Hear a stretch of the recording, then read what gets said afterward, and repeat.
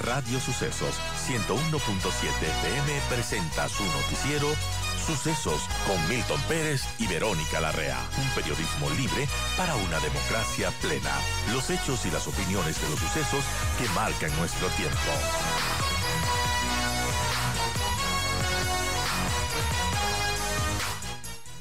Vamos a hablar sobre el tema de Venezuela porque el Departamento de Observación Electoral de la OEA, de la Organización de Estados Americanos, se pronunció y dijo que los resultados electorales anunciados por el Consejo Electoral de Venezuela no pueden ser reconocidos debido a la falta de transparencia y evidencias.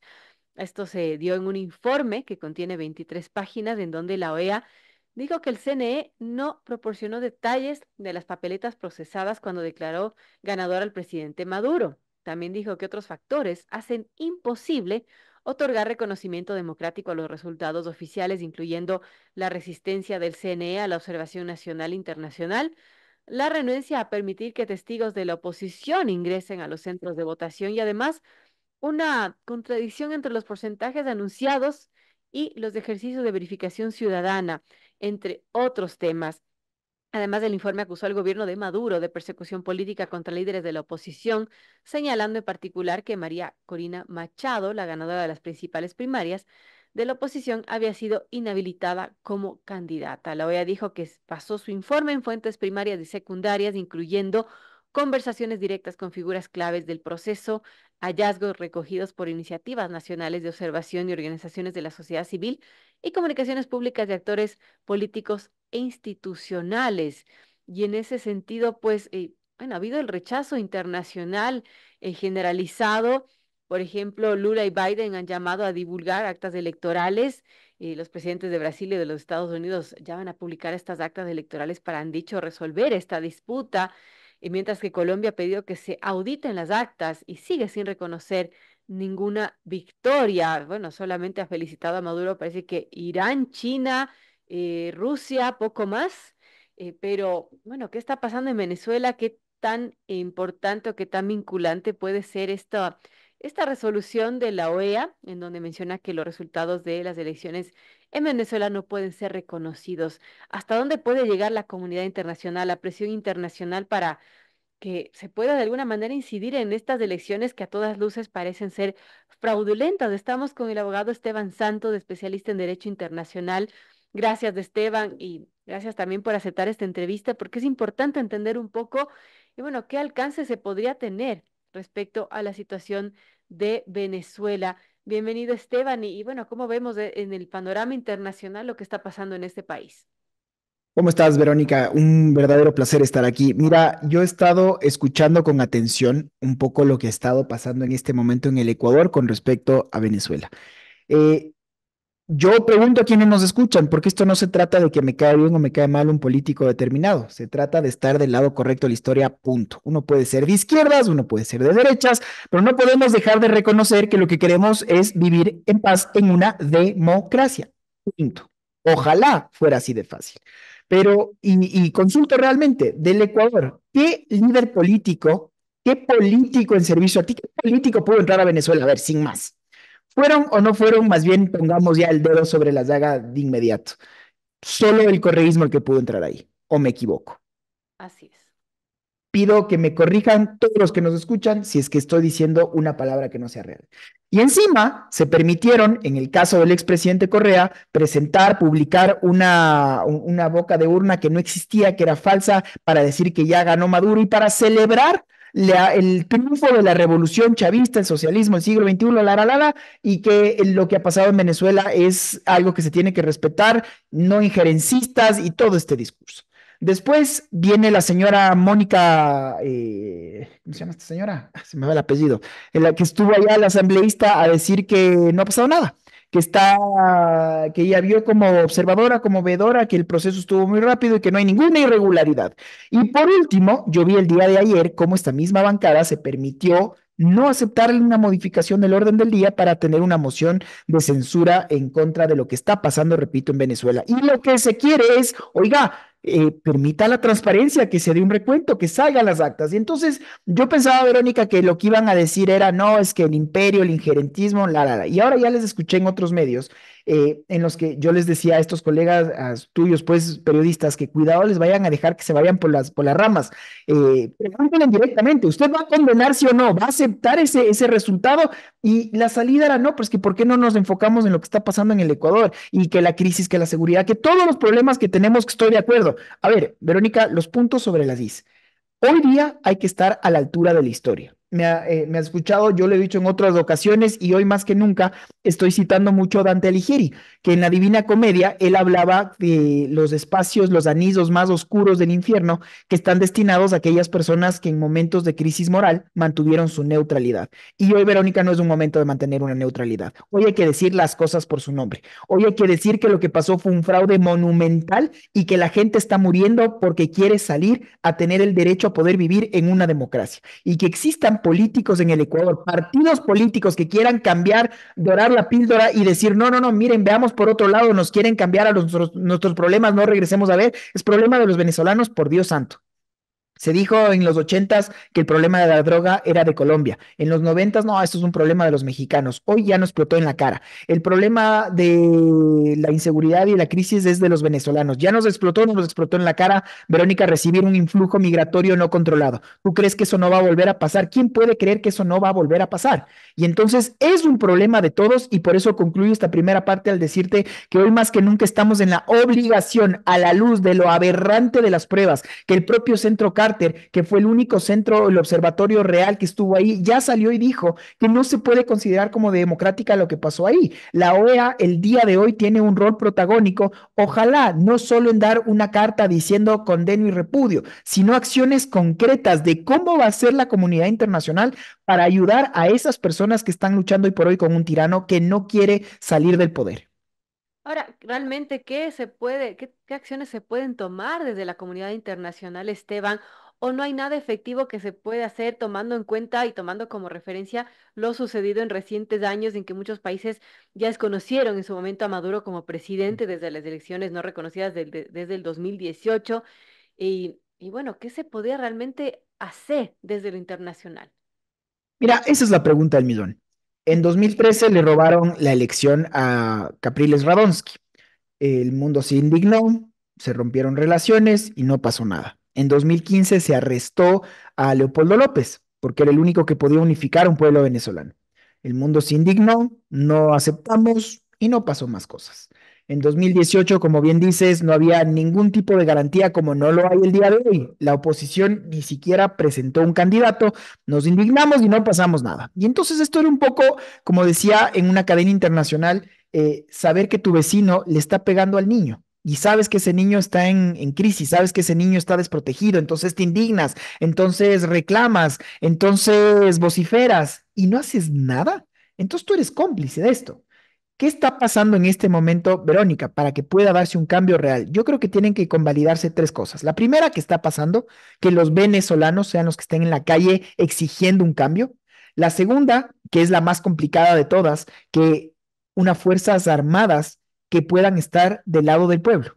Unas fuerzas armadas que entiendan, las cúpulas están bien comidas, pero los soldados rasos tienen Claro. los mismos problemas y no llegan a fin de mes. Y la última es esta de la comunidad internacional. Pero Verónica, puntualmente yo regreso a ver a tres países: al Brasil de Lula, al Colombia de Petro y sobre todo el México de Andrés Manuel López Obrador. El Lula ya le dijo, oiga, usted no puede salir a decir que va a haber un baño de sangre si usted no gana. Ah, entonces, desinvitado, ya no puede venir a Venezuela. Y su grupo electoral de técnicos ya no pueden venir tampoco. Un Fernández, Alberto Fernández, expresidente de la Argentina, que fue en su momento el que dijo, no, ya no hay problemas de derechos humanos en Venezuela. Y entonces dio de baja el mandato anterior de Macri, en donde se pedía una investigación de la Corte Penal Internacional. Él mismo que dijo, oiga, yo solo voy de vedor, no voy a avalar nada. Retirado también la invitación. Usted ya no es bienvenido. Y el Petro, que supuestamente es el líder más de izquierdas radicales en la región, que tenga la presión suficiente para no reconocer hasta que no se dé un recuento serio de los votos. ¿Por qué, Mónica, sobre todo estos primeros dos países? Y ya voy con México. Porque un nuevo influjo migratorio ya son 8 millones, como sabemos. Ese es el 25% de un país. Y sabemos que eso es más que países en guerra como Ucrania. y que van a hacer aún más. ¿A dónde van a ir? Evidentemente, primero a sus vecinos. Y entonces va a ser Petro y va a ser Lula los que se tengan que comer todo el problema de recibir otra diáspora de migratoria descontrolada y los problemas que eso trae. El problema que yo vi con México es que hay un AMLO que ya salió a decir, "Ah, la OEA no sirve para nada y hay que respetar lo que diga el CNE venezolano". Entonces, si es que hay boyas que le terminen dando ese oxígeno a un régimen, entonces va a haber otra nueva Cuba, porque el régimen va a estar bien comido a expensas de un pueblo que mejor que se vaya del país porque es menos problemas para mí. Y no podemos estar, Verónica, y concluyo diciéndote, a la expectativa de lo que digan los norteamericanos, los chinos o los rusos, y otra vez en un mundo bipolar, que es lo que va a hacer la región como Latinoamérica para decirle que si usted decide sacar las armas en contra de su pueblo, que es lo que literalmente dijo ayer, que estaba llamando ya a una resurrección, insurrección armada, y malditos de esos militares y esos policías que quieran darle la espalda a ese pueblo. Pero tiene que haber, te repito, una comunidad internacional que esté dispuesta a decirle, aquí nadie le va a dar un arma, una bala para que usted haga esto, y nadie le va a dar un centavo del cual usted ya no tiene porque ya rompió todo. Si no hay esa presión real, estamos dejando a un pueblo entero a las anchas de un dictador que sabe que lo único que quiere y necesita es mantenerse en el poder porque de lo contrario lo que le queda es la cárcel. Ahora, los países democráticos deberían continuar aislando y sancionando al régimen de Maduro si es que persiste en cometer este fraude electoral, o eso ya no sirve de nada, Esteban. Verás, la región ya ha pasado por mucho, la región ya ha pasado por esta idea, lo que fue la historia, lo que fueron las invasiones, y hoy por hoy hablar de una invasión de un tercer país está completamente retirada de la mesa, es algo que en lo personal lo celebro. Ahora, las sanciones han demostrado que hacen poco, nada, y lo único que hacen es enriquecer intermediarios, porque Rusia es el país más sancionado del mundo y de repente Kazajistán y todos los tanks empiezan a tener un crecimiento exponencial en su PIB porque noticia compran a todo en Europa y triangulan y todos esos bienes terminan llegando igual a Rusia. Yo creo que la presión internacional, por un lado, sí tiene que estar ahí para demostrar que ese régimen cada vez está más aislado. Hoy día, como bien lo he señalado, ¿quiénes son los únicos que han reconocido? Bueno, la isla de Cuba, sorpresa de nadie, Nicaragua, sorpresa de nadie, me da mucha pena con Bolivia, bueno, Luis Arce, que también otra vez con Evo Morales, socialismo del siglo XXI estaban ahí, Irán, Bielorrusia, Rusia y China, nadie más. Rusia tiene mucho en su plato con todo el tema de Ucrania, entonces no creo que esté ahí para prestarle ni dinero ni armas. China ya es dueño de toda esa deuda soberana que tiene Venezuela. Está claro que le interesa geopolíticamente tenerle más hacia su lado que estén del lado de los norteamericanos. Y los norteamericanos, tienes un Biden de 81 años que ya dijo que yo ya no me voy a lanzar a la reelección y hay una Kamala Harris que todavía no gana la nominación y entonces por eso es que tienes esa postura un poco ambivalente y por eso es que me reafirmo en esta necesidad de que los latinoamericanos entiendan el nivel de la altura de la historia en la que estamos. Y por eso, Verónica, yo empezaba diciendo cuánto repudio a este partido político que ahora sale a decir, no, no, no, no, no, enfoquémonos en otras cosas. Ya lo de Venezuela, eso es una cortina de humo y hemos aceptado ya el mandato de Nicolás Maduro, viva el pueblo de Venezuela, y Lara Lara, y entonces no solo que decimos que no hubo fraude electoral, no solo que ya reconocimos un señor que se le posesionó entre gallos y medias noches porque no pasaron ni 12 horas que ya se le posesionó, por qué no pueden decir las cosas por su nombre? Regreso a ver, Verónica, a ustedes, a la prensa, para que no les dejen irse por las ramas. Oiga, responda a la pregunta, ¿está usted de acuerdo, sí o no, en un repudio mientras no se dé un recuento de todas las actas? ¿Cuál es el miedo ahí?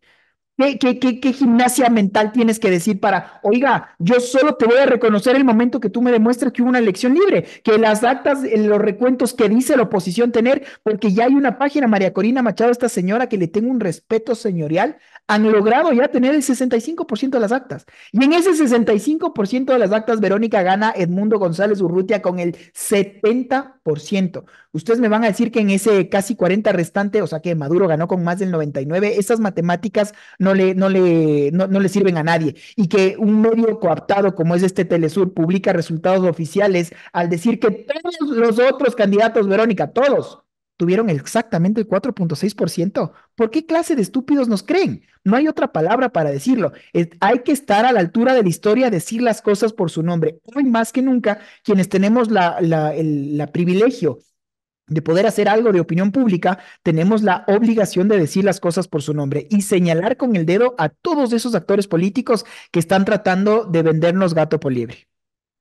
Así es complejo lo que sucede en Venezuela y bueno, muy cuestionable que haya personas que estén avalando esto que ha sucedido. 8:03 dialogamos con el abogado Esteban Santos, especialista en Derecho Internacional.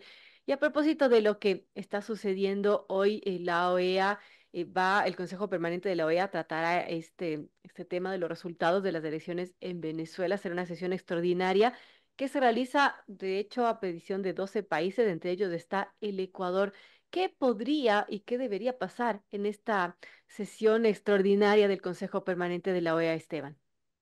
Pues Verónica, lo primero, yo celebro que el Ecuador haya sido de los pioneros en ir al multilateralismo, que fue justamente lo que yo denuncié en su momento, cuando fue todo el problema de México, y eso ya será objeto de otro análisis. Que bueno, que ahora el Ecuador sea el primero en acudir al multilateralismo para resolver estas controversias.